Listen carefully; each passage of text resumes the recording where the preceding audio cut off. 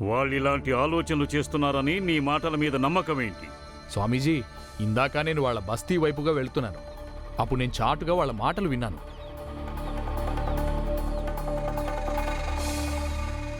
వీడిని లాక్కొట్టు.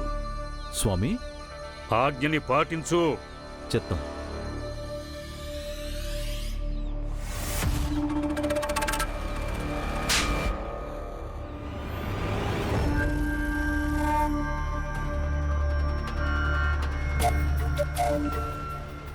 నువ్వు పెద్ద జాతి వాడివయ్యుండి కూడా చిన్న జాతి వాళ్ళ మాటల్ని రహస్యంగా వినివచ్చావా? ఇదే మీలోని బలహీనత. ఎప్పటికీ గుర్తుపెట్టుకోండి, మన ఈ వర్ణ వ్యవస్థలో నీ జాతి ఏమిటి, ఇతర జాతుల ముందర దాని స్థాయి ఏమిటి? నువ్వు నీ స్థాయిని మర్చిపోయావు. అందుకనే వాళ్ళు వాళ్ళ స్థాయిని పెంచుకునే దుస్సాహసం చేశారు. నన్ను క్షమించండి స్వామి. ఇప్పుడు వాళ్ళు వేరే చోట్ల నుంచి నీటిని తెచ్చుకోవటానికి ప్రయత్నిస్తారు. ఎక్కడ నీరు లభ్యమవుతుందో అక్కడి నుంచి నీరు తెచ్చుకోకుండా వాళ్ళని ఆపాల్సి ఉంటుంది.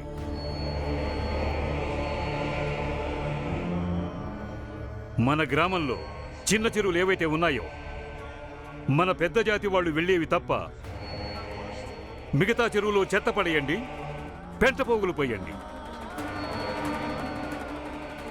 చుట్టుపక్కల గ్రామాల్లోని పెద్ద జాతి వాళ్ళందరికీ చెప్పండి, వాళ్ళు వాళ్ళ గ్రామంలోని చిన్న జాతి వాళ్ళకిలా చెప్పమని. సతారా నుంచి వచ్చే చిన్న జాతి వాళ్ళందరికీ సహాయం చేయొద్దని. ఒకవేళ సాయం చేస్తే వాళ్ళ బావుల్లో చెరువుల్లో జంతువుల్ని చంపిపడేయండి అని. ప్రశాంతంగా ఉండాలంటే సతారాకు చెందిన చిన్న జాతి వాళ్ళకి సహాయం చేయకూడదని. పూర్తి శక్తిని ప్రయోగించండి, నరకం చూపించండి వాళ్ళకి. శపథం చేసి వెళ్ళాడు కదా పిల్లాడు, ఈ సతారా గ్రామం నుంచి ఎవ్వరూ బయటకు వెళ్ళరని. మొత్తం వెళతారు. చరిత్రే సాక్ష్యం. ఇంతకుముందు గ్రామాలనే నేను ఖాళీ చేయించాను. ఇది కూడా ఖాళీ అయిపోతుంది. అలాగే స్వామి.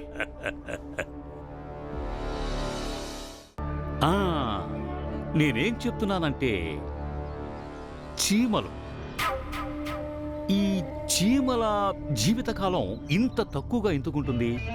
ఎవరు పడితే వాళ్ళు వీటిని నలిపేసి చంపేస్తారు.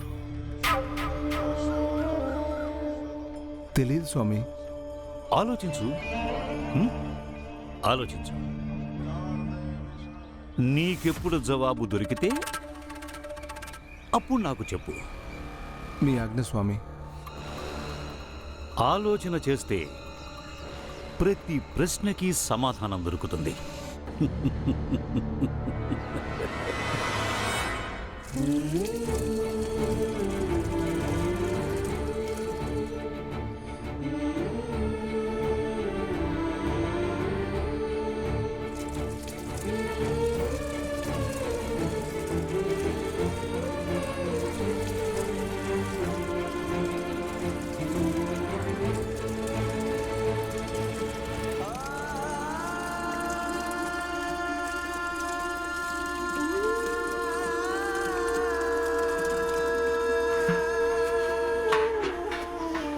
ఇంకా ఉన్నాయా? లేవు బాబాయ్, మొత్తం నీళ్ళు ఇవే. ఎవరింట్లో ఎన్నెన్ని నీళ్లున్నాయో అవన్నీ ఒకచోటుకే చేరుద్దాం. ఇప్పుడు మన అందరం కలిసి సామూహికంగా వంటలు చేసుకుందాం. దానివల్ల నీటి వాడకం తగ్గుతుంది. పెద్ద జాతి వాళ్ళు ఉత్పన్నం చేసిన ఈ సమస్యని మన అందరం కలిసికట్టుగా ఉండి ఎదుర్కొందాం. అప్పుడు వాళ్లతో పోరాడటానికి చేతి దొరుకుతుంది. మనందరం ఇబ్బందులు పడి డీలా పడిపోతామని వాళ్ళు అనుకుంటున్నారు. కానీ మనందరం కలిసి కీర్తనలు పాడుకుందాం. రామ్జీ మనకి కబీర్ పద్యాలు వినిపిస్తాడు. అప్పుడు ఆ సాగుతోనైనా మనందరం కలిసికట్టుగా ఉంటాము, కలిసి జీవిస్తాం. బాగా చెప్పావు బాబాయ్ నువ్వు. మనం అందరం అలాగే చేద్దాం. కానీ అంతకంటే ముందు మనం అందరం కలిసి వాళ్ళు మన వీధుల్లో ఏదైతే చెత్త వేశారో దాన్ని శుభ్రం చేసుకోవాల్సి ఉంటుంది.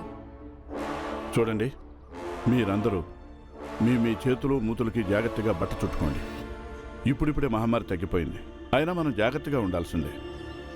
అంటే వాళ్ళు ఇక్కడ చెత్తా చెదారం పడేస్తూ ఉంటారు, ఇక మనం ఆ చెత్తనంతా శుభ్రం చేసుకుంటూ ఉండాలా?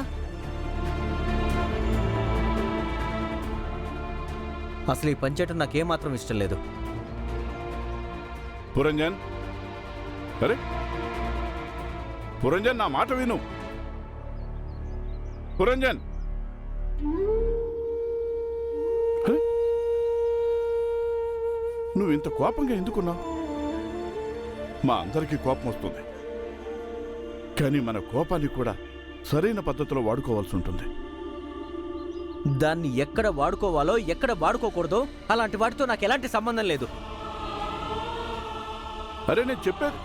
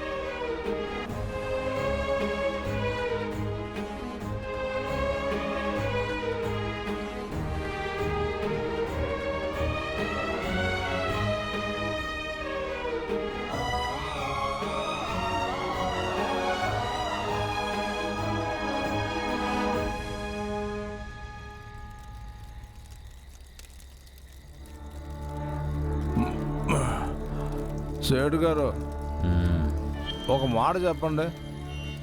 చీమల్ని ఎందుకు తొక్కి చంపేస్తారు? ఎందుకంటే బలహీనంగా ఉంటాయి, అందుకే తొక్కి చంపేస్తాం. కాదు సేటు గారు, కాదు. జవాబు మరీ ఇంత సులభంగా ఉంటే స్వామివారు నన్నెందుకు అడుగుతారు ఈ ప్రశ్న? కాదు. కానీ సేటు గారు, జవాబు ఏమై ఉంటుంది? ఆలోచించాల్సి ఉంటుంది. పురంజన్ ఆగు, వెళ్ళారా? ఇలారా, సర్లే వదిలే. నేను ఒకటి అడుగుతాను, చెప్తావా? అదే మీ కులం, మీ సామాజిక వర్గం వాళ్ళు పాడుతున్నారు, ఆడుతున్నారు, నువ్వెందుకు ఆడటం లేదు? నువ్వు ఇక్కడేం చేస్తున్నావు? పాపం కాలు విరిగిందిగా, ఇంకెలా ఆడతాడు కదా. ఏ ఆగ, ఎక్కడికి వెళ్తున్నావురా? నీకు తెలీదా? ఈ ఊరి మొత్తం అన్ని దారుల్లోనూ నిషేధం విధించాం. నీకు చదవడం రాదా? నువ్వు స్వామి ఆజ్ఞని తప్పకుండా పాటించి తీరాలి. ఖచ్చితంగా. నేను మీ ఆజ్ఞల్ని పాటించను. మీ బోర్డులతో నాకు పని లేదు, మీ స్వామీజీతో అస్సలు పని లేదు. నేను ఇదే దారిలో నడుస్తాను. ఏం చేసుకుంటారో చేసుకోండి. మీరు ఇప్పుడు ఏం చేస్తారో నేను చూస్తాను. వీడు స్వామి గురించి అలా అన్నాడేంటి? వీడికి బాగా బలిసింది. మీరు ఉండండి సరి కాదు, వీడు పని చెప్తాను. నీకు ఎంత పొగర్రా, ఉండు నీ పని చెప్తాం. కొట్టుకోండి.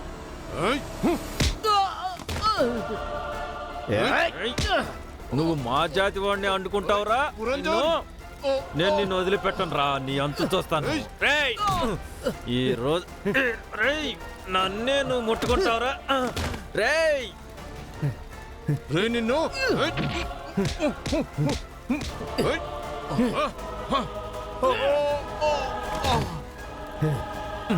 మా జాతి వాళ్ళ మీదకే చెయ్యెత్తుతారు నిన్ను చంపేస్తాను రేయ్ ఈరోజు రేయ్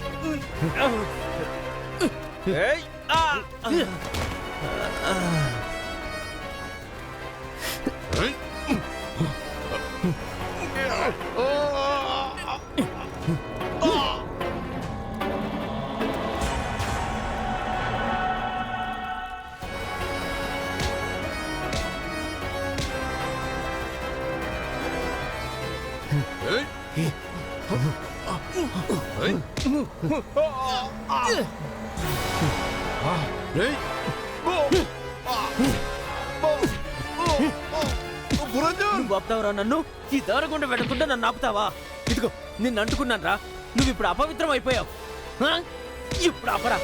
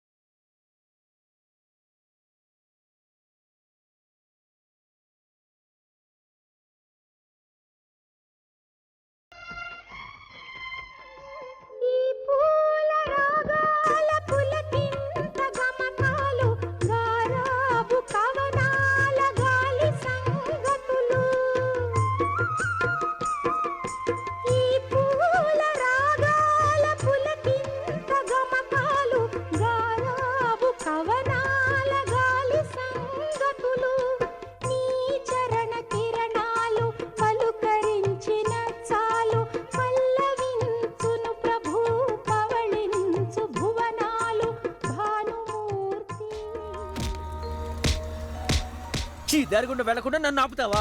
ఈ దారి ఏమైనా నీ బాబుదా? నువ్వు ఆపుతావురా నన్ను? నీ అబ్బ సొత్తురా ఇది.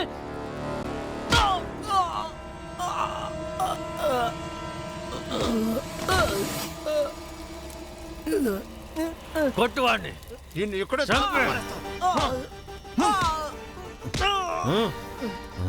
అయిపోయావురా ఇవాళ. అయిపోయావు. ఈరోజు నీ ఎంత చూస్తాను. వదలండి సెట్ గారు, వదలండి. వీడు అంత చూస్తాను. అయిపోయాడు. చాలు మంగే చాలు. చచ్చేదాకా గుర్తుంచుకుంటాడు. నిన్ను చంపి పారేస్తాడు.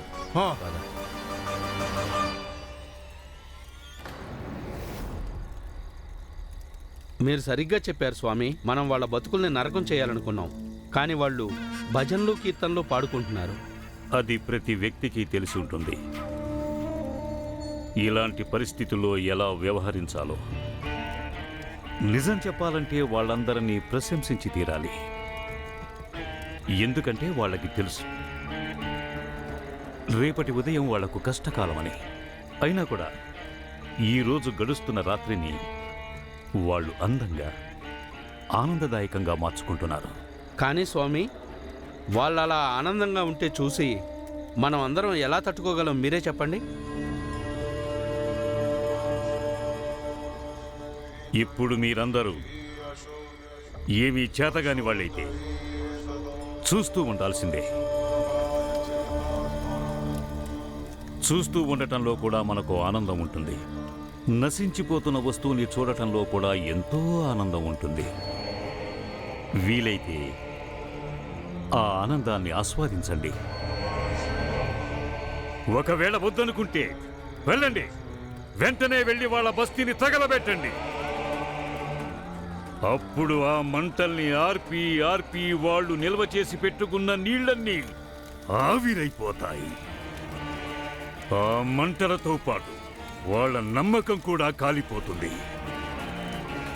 అదే వాళ్ళకి ఐకమత్యంతో భజనలు చేసుకునే ధైర్యాన్నిచ్చింది.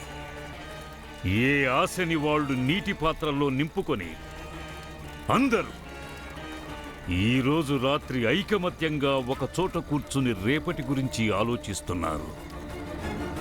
చీమలు విడివిడిగా తిరిగేటప్పుడు అప్పుడు వాటిలో ఒకదాన్ని పట్టుకుని వేళ్లతో నలిపేసి చంపేయటం సులభమవుతుంది. ఎప్పుడైతే అవి సమూహంగా తిరుగుతాయో అప్పుడు నలిపిన వాడిని ఇంకొన్ని చీమలు కుట్టే ప్రమాదం ఉంది. సర్వజ్ఞ స్వామికి జై! సర్వజ్ఞ స్వామికి జై! సర్వజ్ఞ స్వామికి జై! సర్వజ్ఞ స్వామికి జై! తీసుకోండి, పదండి.